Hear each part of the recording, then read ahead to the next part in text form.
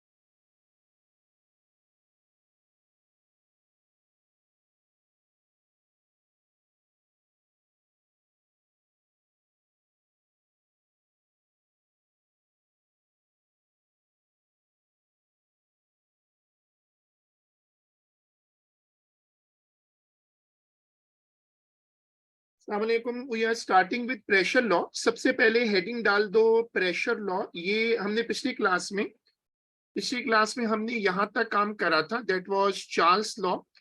Pressure law की heading डालो.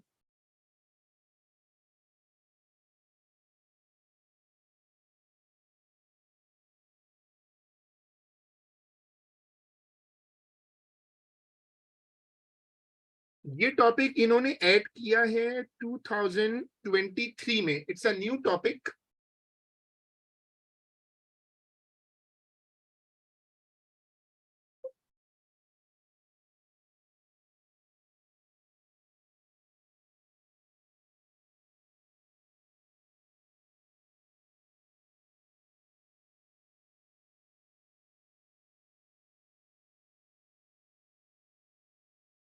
सबसे पहले इसका कॉन्सेप्ट बनाओ. ये कॉन्सेप्ट क्या है कि अगर किसी गैस का मास कांस्टेंट हो और वॉल्यूम कांस्टेंट हो, कंटेनर लॉक हो, तो जैसे तुम प्रेशर और टेम्परेचर को रिलेट करोगे तो वो डायरेक्टली प्रोपोर्शनल हो जाएगा.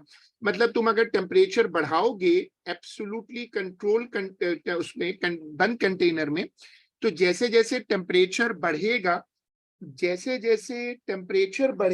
वैसे वैसे वहां प्रेशर भी बढ़ेगा. तो for a given mass and constant volume of an ideal gas, the pressure exerted on the sides of its container is directly proportional to its absolute temperature. ये वाली स्क्रीन कॉपी होगी.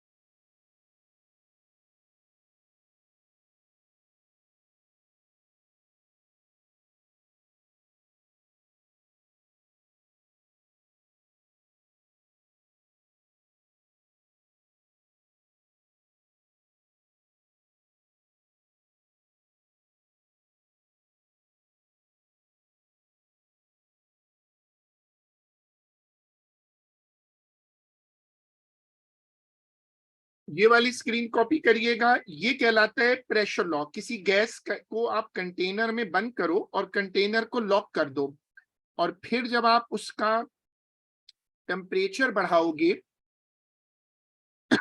जब आप उसका टेम्परेचर बढ़ाओगे तो जैसे जैसे टेम्परेचर बढ़ेगा गैस का प्रेशर बढ़ेगा।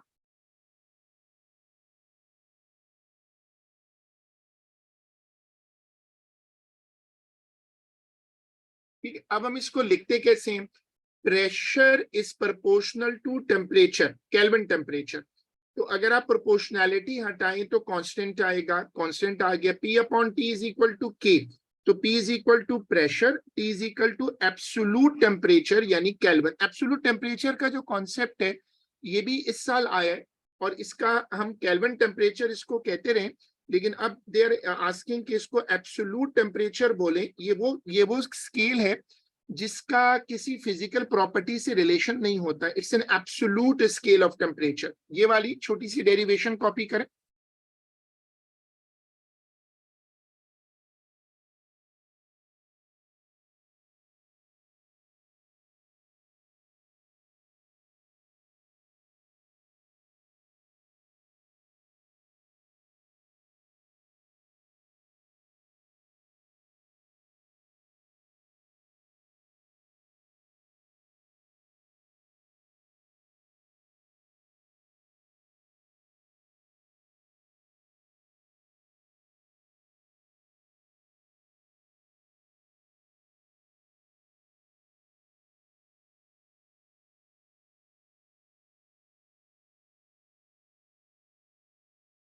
कॉपी कर लें तो मुझे बताइएगा।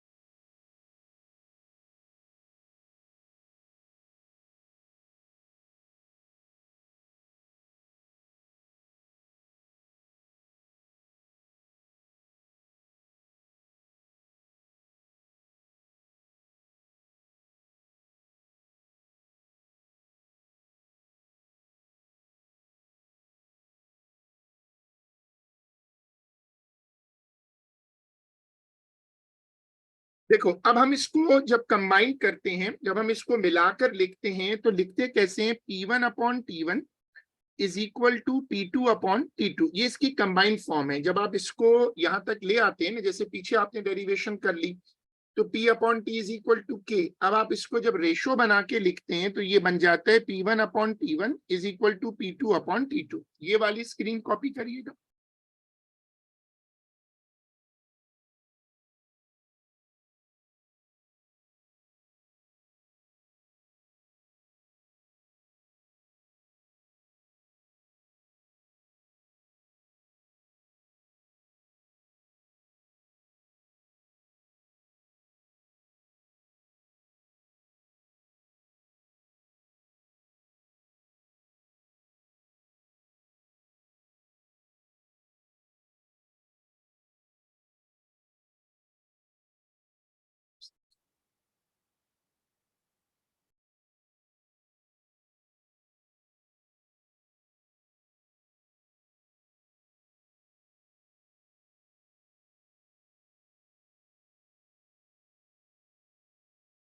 ठीक है, अब ये बॉयल्स लॉ मैंने पहले करवाया था जब हम लोगों ने वो टॉपिक किया था ना प्रेशर का।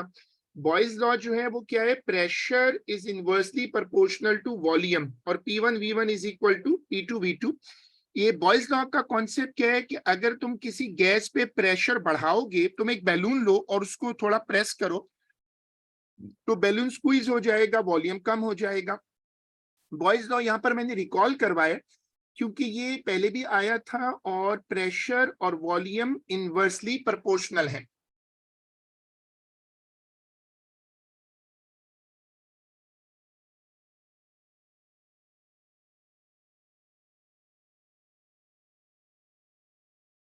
उसके बाद अब पेज बदल के हेडिंग डाल दो kinetic theory of matter.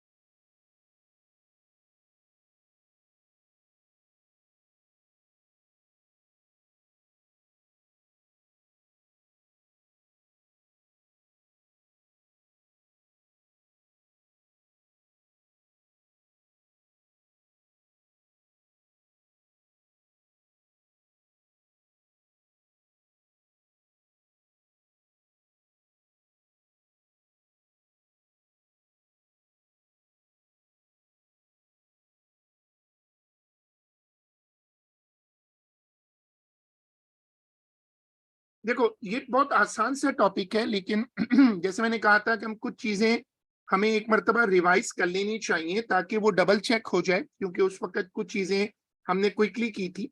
States of matter में there are three states of matter, that is solid, liquid and gas. जब स्टेट ऑफ मैटर डिस्कस होती है तो उसमें तीन चीजें आती हैं। There are three states of matter, हम सबको पता है, सॉलिड, लिक्विड एंड गैस। बहुत फेमस टॉपिक है, सिंपल सा टॉपिक है कि चीजों हर सब्सटेंस में हमारे कोर्स की हद तक तीन स्टेट्स हैं। तो अब आपने चैप्टर की हेडिंग डाली थी काइनेटिक थ्योरी ऑफ मैटर, और उसमें लिखिएगा कि there are three states of matter, solid, liquid and gas.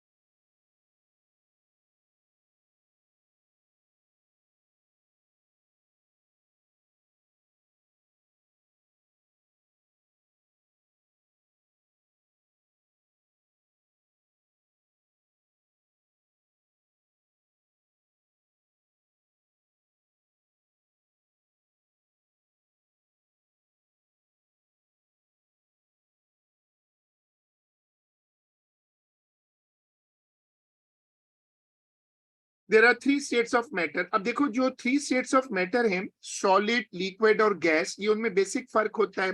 जो पार्टिकल स्ट्रक्चर होता है सॉलिड का, लिक्विड का और गैसेस का, हम उसको इस टर्म में लेते हैं कि हम उनमें दो चीजें डिफाइन करते हैं। पेपर में जब क्वेश्चन आता है तो we have to define two things, उनके बीच में फोर्सेस किस तरह हैं और उनके बीच में पार्टिकल्स के बीच में जो सेपरेशन है वो किस तरह है। यानी you can say that intermolecular separation and intermolecular forces। Physics में ये फर्क है that in physics they focus on the word particles। particles में atoms आ जाते हैं, molecules होते हैं, ions होते हैं और electrons भी होते हैं। तो ये सब they all come under the title of particles। ये वाली स्क्रीन कॉपी करिएगा।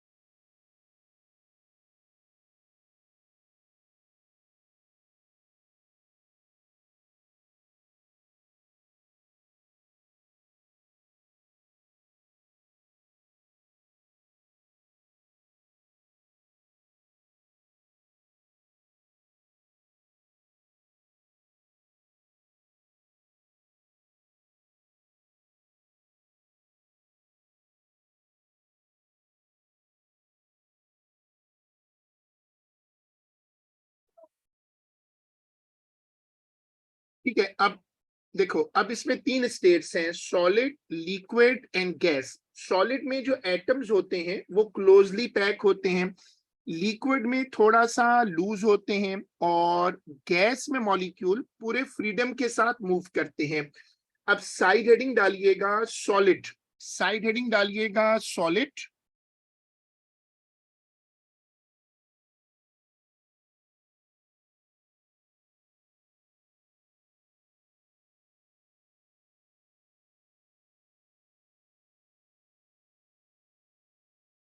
उसमें लिखिएगा कि इन solid, particles are closely packed together। लिखिएगा, ये बुलेटिंग फॉर्म कर लो, बुलेट्स बना लो। In solid particles are closely packed together।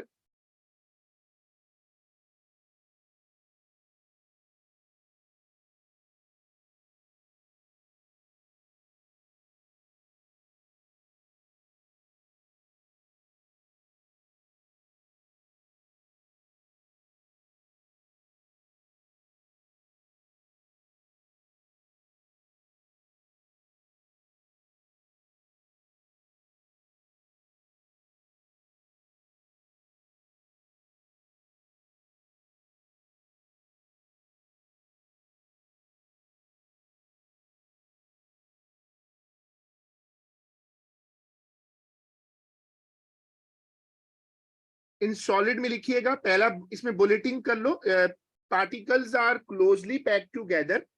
Next line में लिखो कि low kinetic energy, low kinetic energy, और उसके बाद अगले बुलेट में लिखो कि स्ट्रॉन्ग इंटरमॉलिक्यूलर फोर्सेस, स्ट्रॉन्ग लिखो, अगले बुलेट में लिखो स्ट्रॉन्ग इंटरमॉलिक्यूलर फोर्सेस।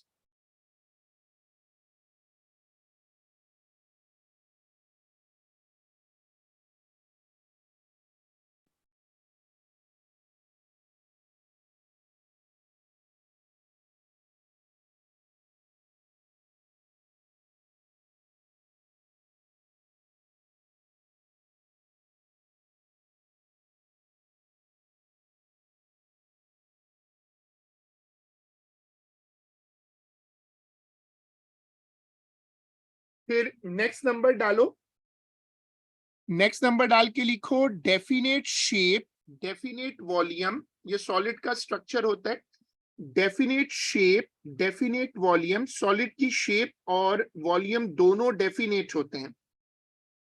चलो, उसके बाद साइड हेडिंग दो liquid.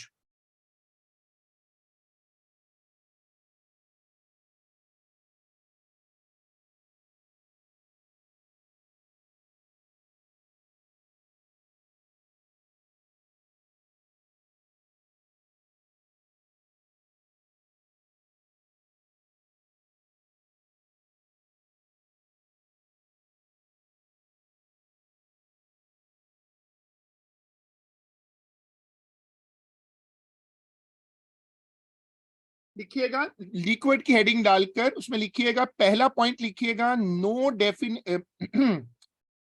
Definite shape but definite volume, no definite shape, no definite shape but definite volume,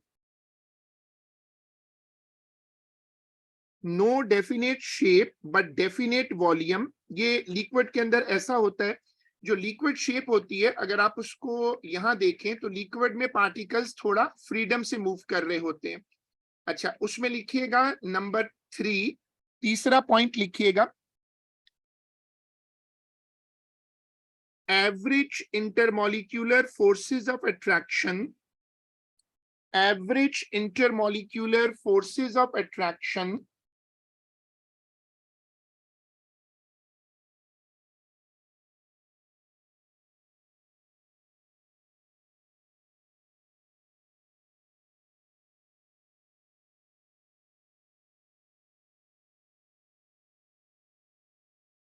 average intermolecular forces of attraction. फिर नेक्स्ट बुलेट लिखो, average kinetic energy, average kinetic energy of molecules,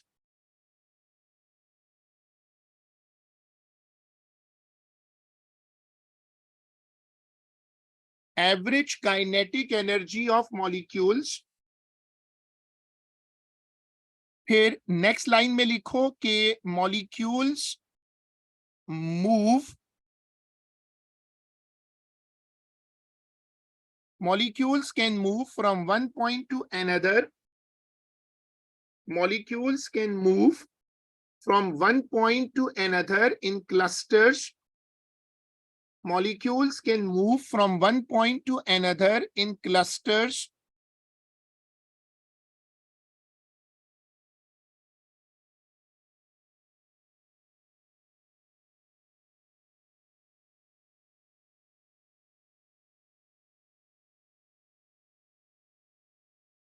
molecules can move from one point to another in clusters।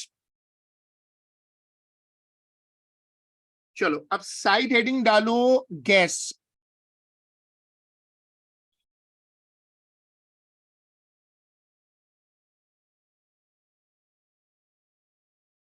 उसमें सबसे पहला concept लिखो कि gas की heading डालो और उसमें सबसे पहला कॉन्सेप्ट लिखो,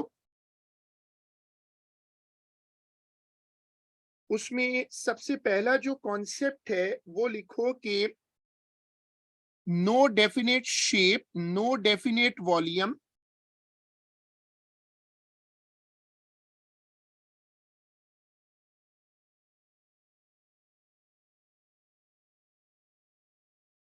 no definite shape, no definite volume.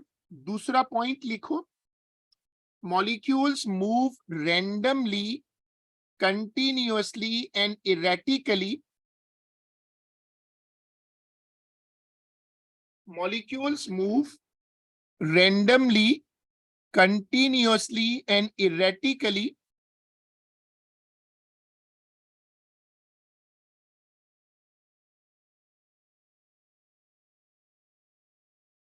Number 3 लिखो कि weak intermolecular forces of attraction, number 3 लिखो weak intermolecular forces of attraction.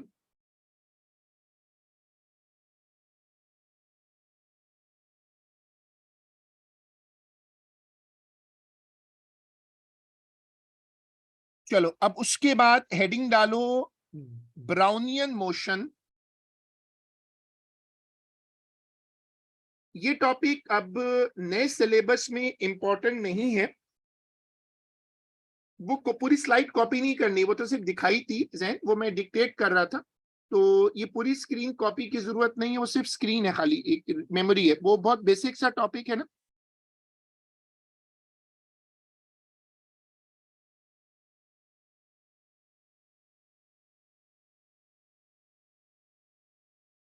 चलो हेडिंग डाल दो ब्राउनियन मोशन। ये टॉपिक अनइम्पॉर्टेंट है नए सिलेबस में, अब इन्होंने इसको कोई खास स्पेस नहीं दी। सिलेबस 2023 में बहुत ज्यादा शफल्ड है, मैंने कल भी दोबारा ग्रुप पर वो चेंजेस वाली डॉक्यूमेंट डाला है, क्योंकि लास्ट ओवर आ गए हैं, तो आप जरूर उसको एक मर्तबा देखो और जो चीजें सिलेबस में नहीं है उनको हटाओ, उनको पास पेपर करते वक्त वो सामने तो आएंगी। अब ब्राउनियन मोशन कोई इंपॉर्टेंट टॉपिक नहीं है, बस एक क्विक रिव्यू इसका कर लेते हैं। ब्राउनियन मोशन क्या थी कि अगर आप एक छोटे से बॉक्स के अंदर डस्ट पार्टिकल्स, स्मोक पार्टिकल्स डाल दें और उसको रोशनी से इलिमिनेट करें, ऊपर एक माइक्रोस्कोप रख दें, तो आप उसमें देखेंगे कि डस्ट पार्टिकल इधर उधर रैंडमली मूव कर रहे होते हैं। जब आप उसको माइक्रोस्कोप में देखेंगे तो डस्ट पार्टिकल इधर उधर जाते हुए नजर आएंगे। असल में जो अंदर एयर मॉलिक्यूल्स होते हैं वो इनको हिट करते हैं, हमें वो एयर मॉलिक्यूल्स तो नजर नहीं आते, हमें वो एयर मॉलिक्यूल्स तो नजर नहीं आते, लेकिन हम इनको देख सकते हैं। तो डस्ट पार्टिकल्स को और इस तरह कार्बन पार्टिकल्स को एयर मॉलिक्यूल्स इनको हिट करते हैं और इसकी वजह से ये मॉलिक्यूल अपना रास्ता चेंज करते हैं। तो हेडिंग डाल के लिखिएगा ब्राउनियन मोशन में, लिखो कि air molecules air molecules continuously hit air molecules continuously hit the dust particles. Air molecules continuously hit the dust particles, so they move randomly. So they move randomly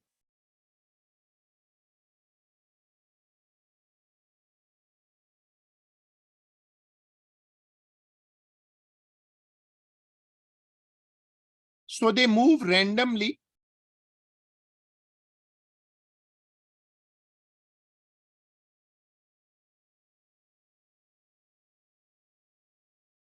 उसके बाद ये वाली स्क्रीन कॉपी करो।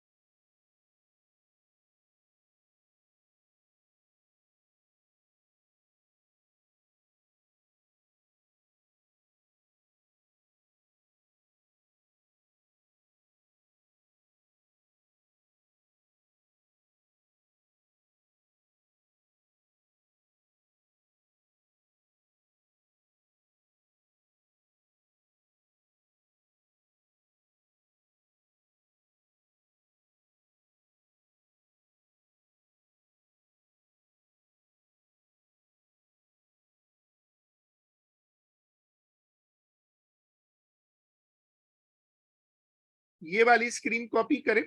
अच्छा, अब ये नीचे लिखिएगा कि this experiment shows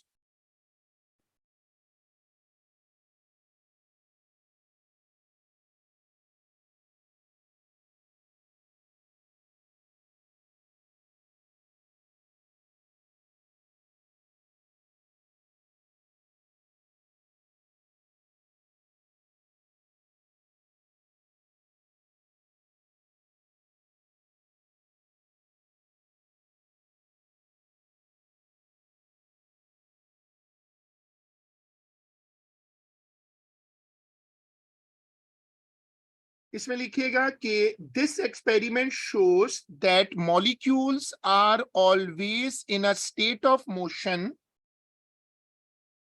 This experiment shows that molecules are always in a state of motion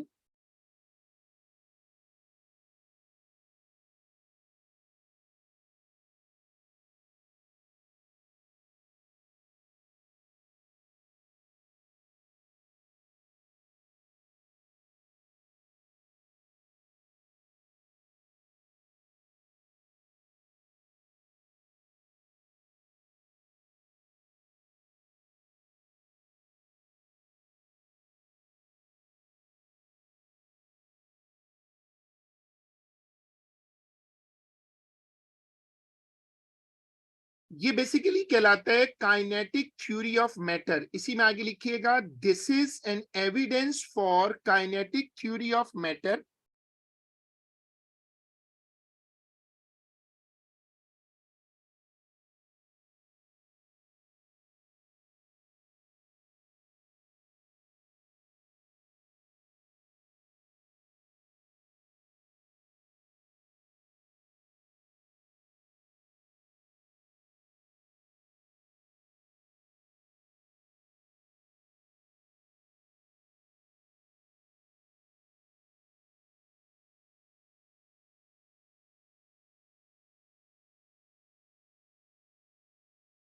this is, मैं रिपीट कर रहा हूं, दिस इज एन एविडेंस, लिखो, this is an evidence for the kinetic theory of matter. Kinetic theory of matter क्या थी कि जो molecules होते हैं वो हर वक्त मूव कर रहे होते हैं, जैसा भी मोशन हो लेकिन हर वक्त मूव कर रहे होते हैं। चलो अब हेडिंग डालो, effect of temperature on motion of molecules.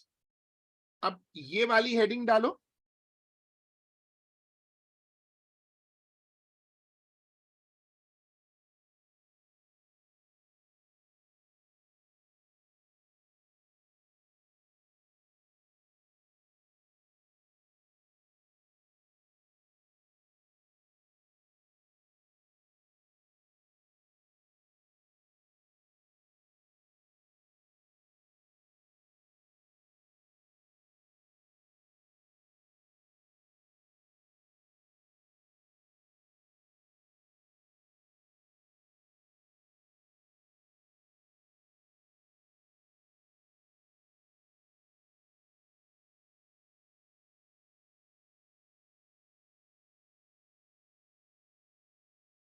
अब देखो ये बड़ा सिंपल सा कॉन्सेप्ट है, ये बहुत छोटे छोटे कॉन्सेप्ट हैं और जैसे मैंने बताया था कि I am trying to recover them, ताकि अगर इनमें कोई कॉन्सेप्ट डिस्कस ना हुआ हो या लिखा हुआ ना हो, लिखा हुआ तो हर चीज होनी चाहिए। तो ये बहुत आसान चैप्टर्स हैं, क्लास 6-7 से आप लोग पढ़ रहे हैं।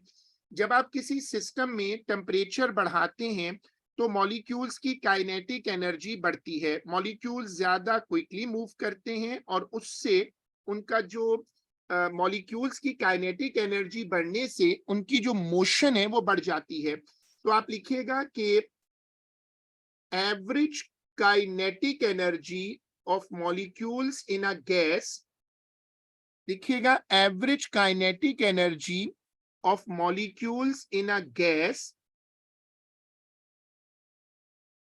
is directly proportional to Kelvin temperature, is directly proportional to Kelvin temperature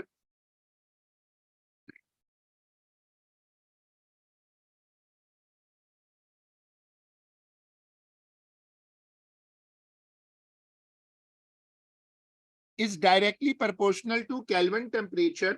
concept बड़ा सिंपल है कि तुम टेम्परेचर बढ़ाओगे, जब तुम टेम्परेचर बढ़ाओगे, हाँ केल्विन टेम्परेचर, बिल्कुल ये टेम्परेचर केल्विन में अब बहुत एम्फेसाइज कर रहे हैं नए सिलेबस में जैन कि जो प्रोपोर्शनैलिटीज होती हैं, चार्ल्स लॉ है, ये सब उसी वक्त वैलिड होंगे जब टेम्परेचर केल्विन में होगा। इसको ये नाम दे रहे हैं एब्सोल्यूट टेम्परेचर।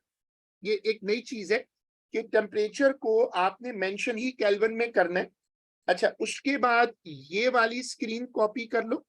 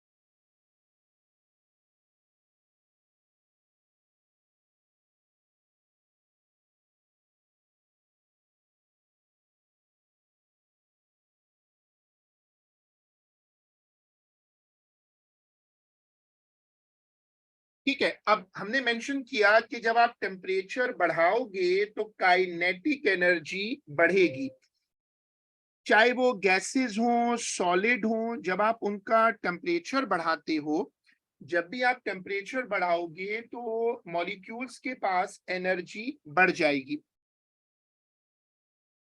चलो अब हेडिंग डालो, pressure of a gas.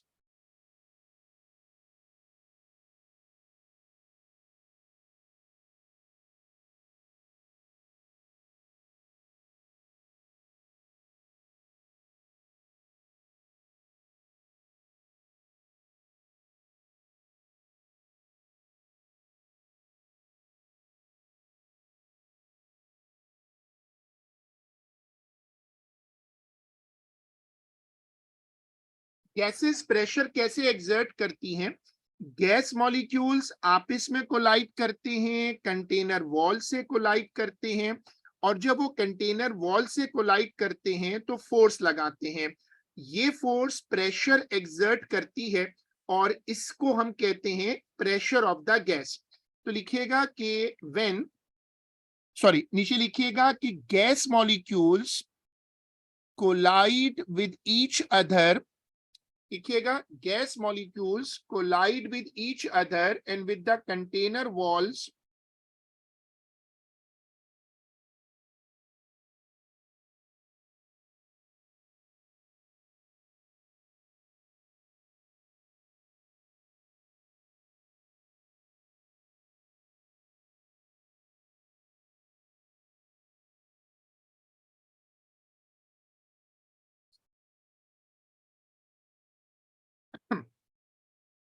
gas molecules collide with each other and with the container walls collide with each other and with the container walls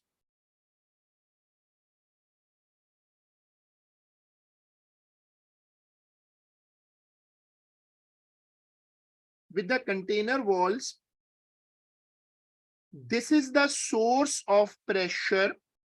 This is the source of pressure. इस वजह से gases pressure exert करती हैं. ये वाली screen copy करिएगा.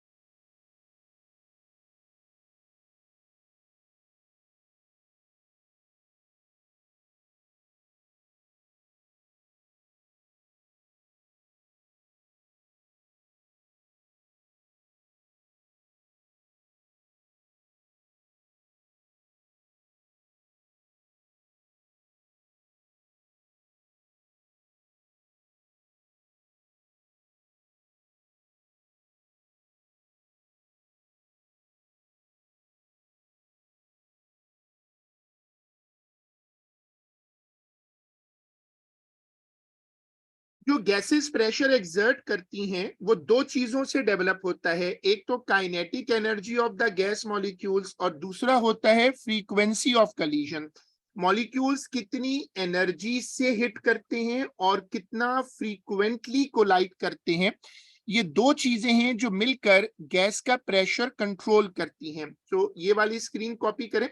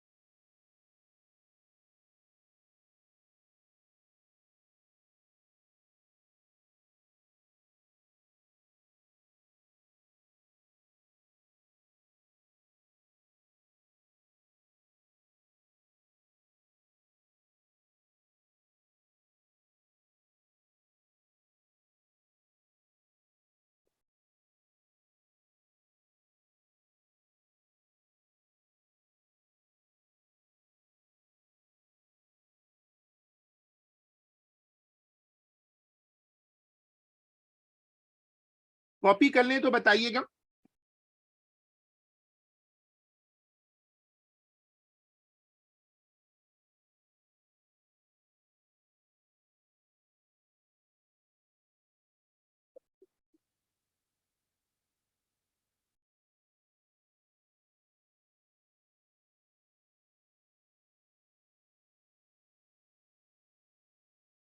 चलो अब ये वाला कॉन्सेप्ट देखो कि जैसे जैसे तुम एक बैलून को या किसी इस तरह के ऑब्जेक्ट को इन्फ्लेट करते हो, नंबर ऑफ मोल बढ़ते जाते हैं गैस के. अब यहाँ कॉन्सेप्ट क्या है कि नंबर ऑफ पार्टिकल या नंबर ऑफ मोल जब बढ़ते हैं तो उससे प्रेशर इंक्रीज हो जाता है. असल लफ्ज है नंबर ऑफ मोल्स, लेकिन चूंकि फिजिक्स में ये टर्म इस्तेमाल नहीं होती ओ लेवल में, तो मैंने यूज किया है नंबर ऑफ पार्टिकल. तो जैसे जैसे आप गैस भरोगे, मॉलिक्यूल्स बढ़ेंगे, आयंस बढ़ेंगे और उससे प्रेशर बढ़ जाएगा. ये वाली स्क्रीन कॉपी करिएगा.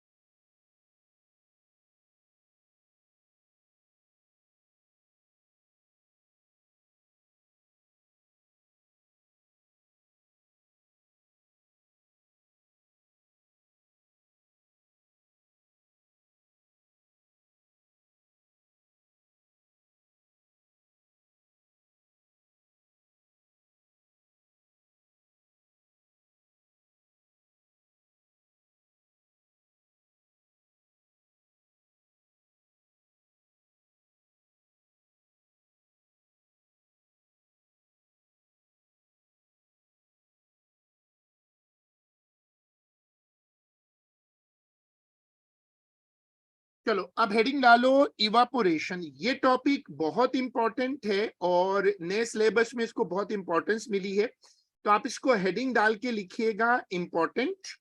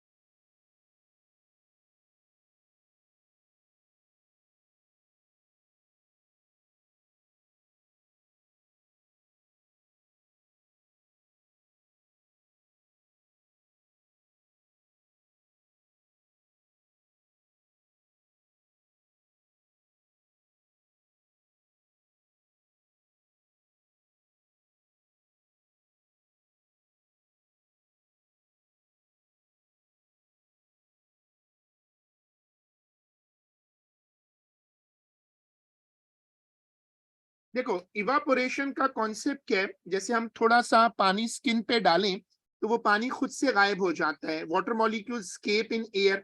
ये evaporation is a very common phenomena which normally occur in our common life regularly.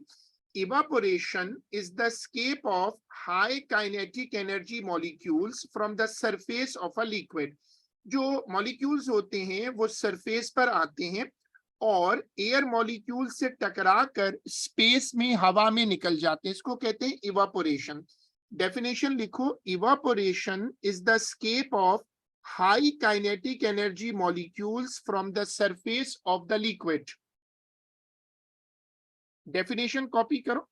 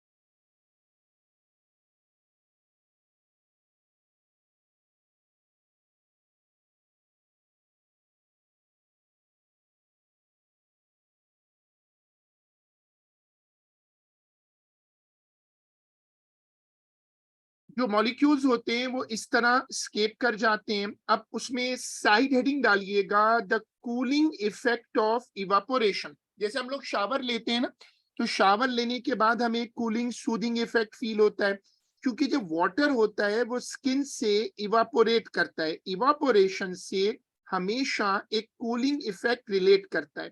तो हेडिंग डालिएगा द कूलिंग इफेक्ट, हेडिंग डालिएगा the cooling effect of evaporation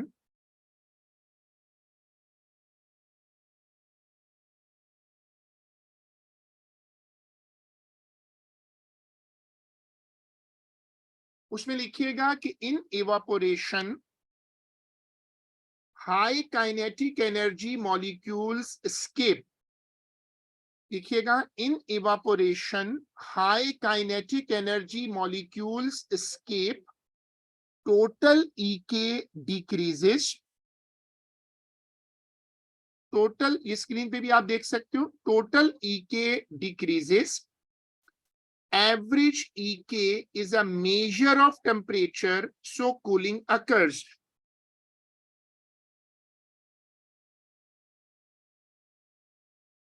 Average EK,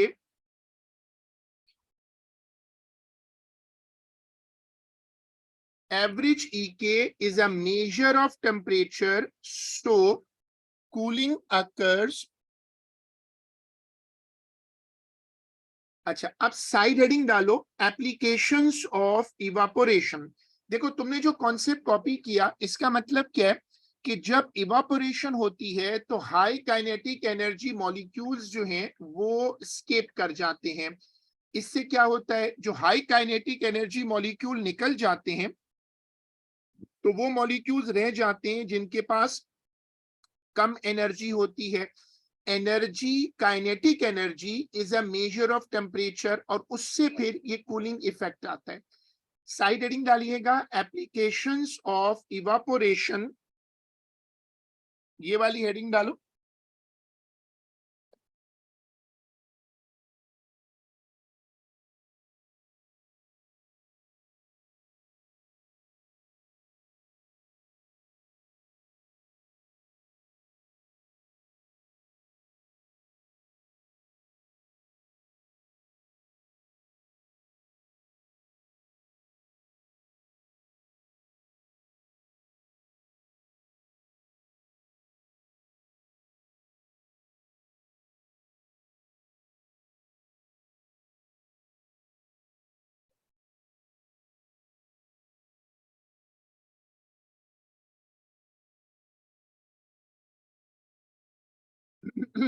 अब देखो, जैसे रेफ्रिजरेटर होते हैं हमारे घरों में, फ्रिज होते हैं, ये तमाम इसी कॉन्सेप्ट पर काम करते हैं।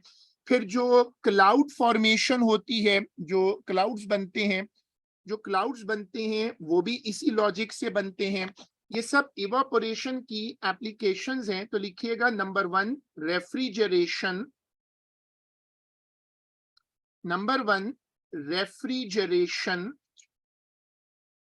Number 2 cloud formation,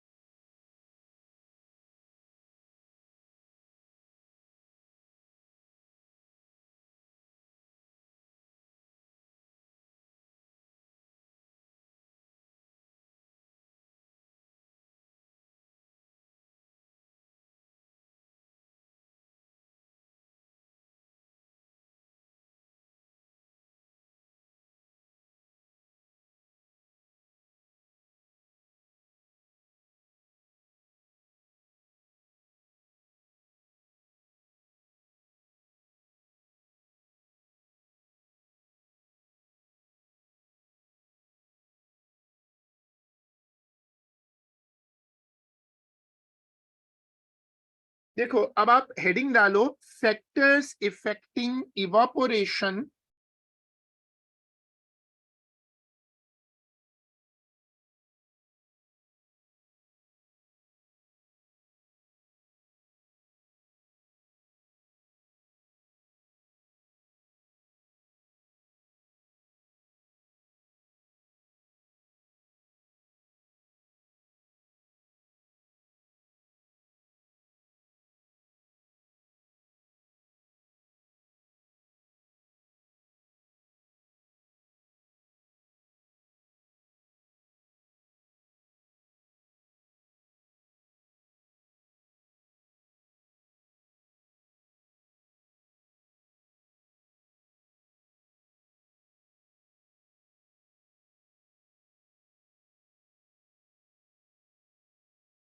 factors affecting evaporation. देखो सबसे पहला फैक्टर है टेम्परेचर। टेम्परेचर जितना ज्यादा रखोगे उतनी तेजी से इवापोरेशन होगी। जैसे धूप निकलती है, गर्मी हो जाती है, तो इवापोरेशन बिकम्स रैपिड। तो बढ़ेगा टेम्परेचर बढ़ेगा तो रेट ऑफ इवापोरेशन बढ़ेगा। तो अब आपको लिखना है number one temperature of the liquid. लिखो number 1 temperature of the liquid. Factors में number 1 temperature of the liquid.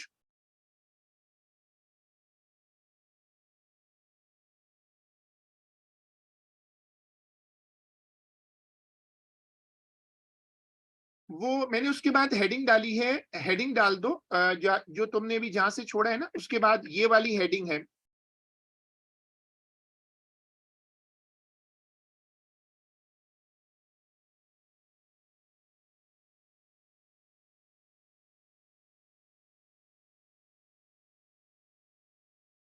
और उसमें नंबर 1 आएगा टेम्परेचर ऑफ द लिक्विड। जितना ज्यादा टेम्परेचर होगा, इवापोरेशन उतनी तेजी से होगी, उतना ज्यादा रेट ऑफ इवापोरेशन होगा। तो फिर ये वाली स्क्रीन कॉपी कर लो,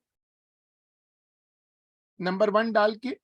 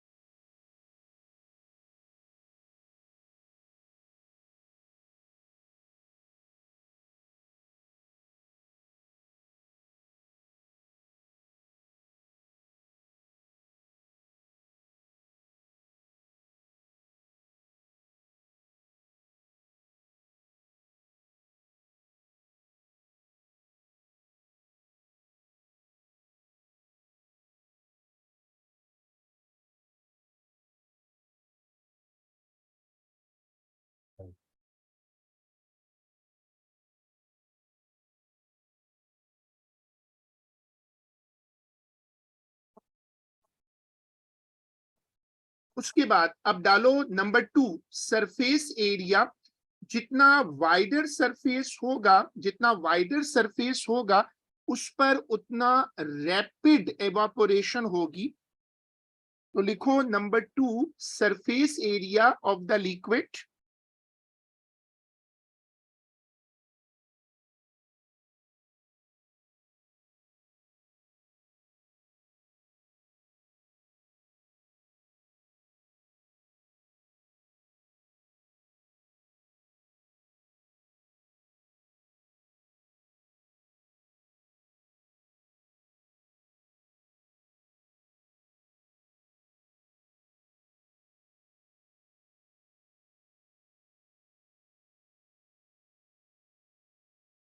सरफेस एरिया बढ़ाओगे तो इवापोरेशन बढ़ेगी, रैपिड होगी। जैसे समंदर पे ज्यादा, समंदर की सरफेस पे ज्यादा रैपिड इवापोरेशन होती है। देखो ये वाला।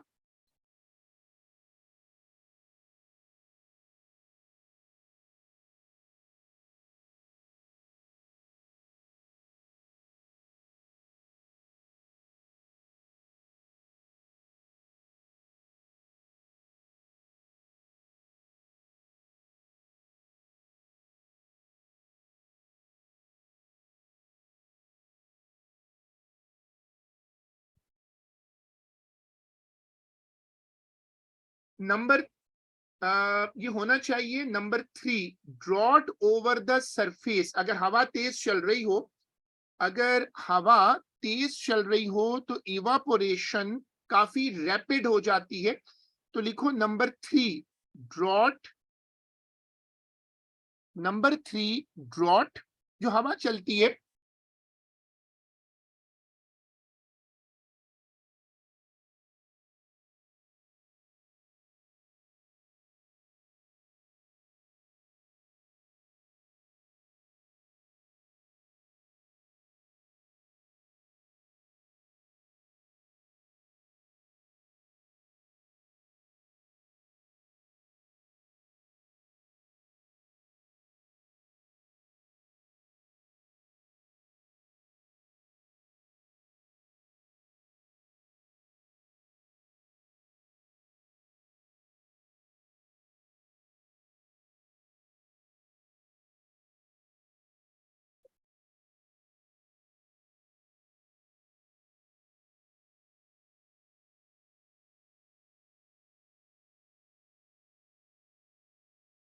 फिर ये वाली स्क्रीन कॉपी करो।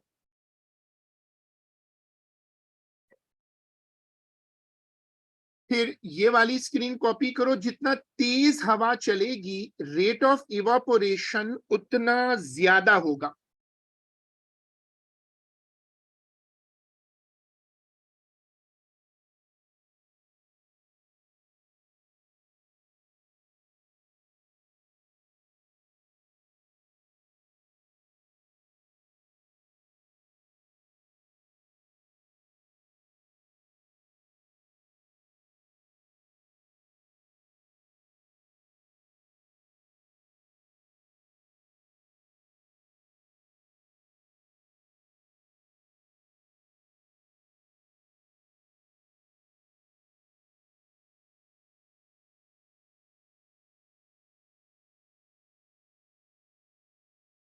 उसके बाद ह्यूमिडिटी। ह्यूमिडिटी का मतलब ये होता है कि मॉइस्चर कंटेंट।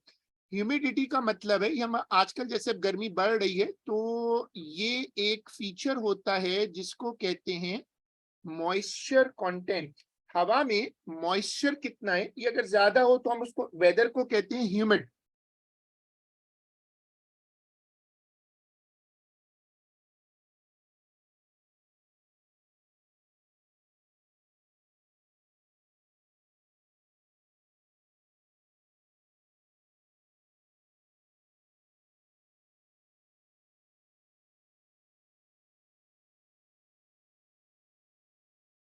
अगर हवा में पहले से मॉइस्चर ज्यादा हो तो फिर हवा मजीद वाटर को पिक नहीं करेगी, इवापोरेशन नहीं हो सकेगी ना।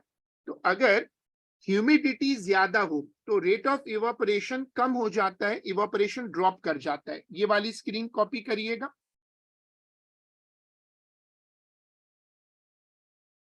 बस ये क्लास खत्म हो रही है, बस ये स्क्रीन आखिरी है। रिकॉर्डिंग इंशाल्लाह मैं शेयर कर दूंगा, लेकिन this is the last work for today.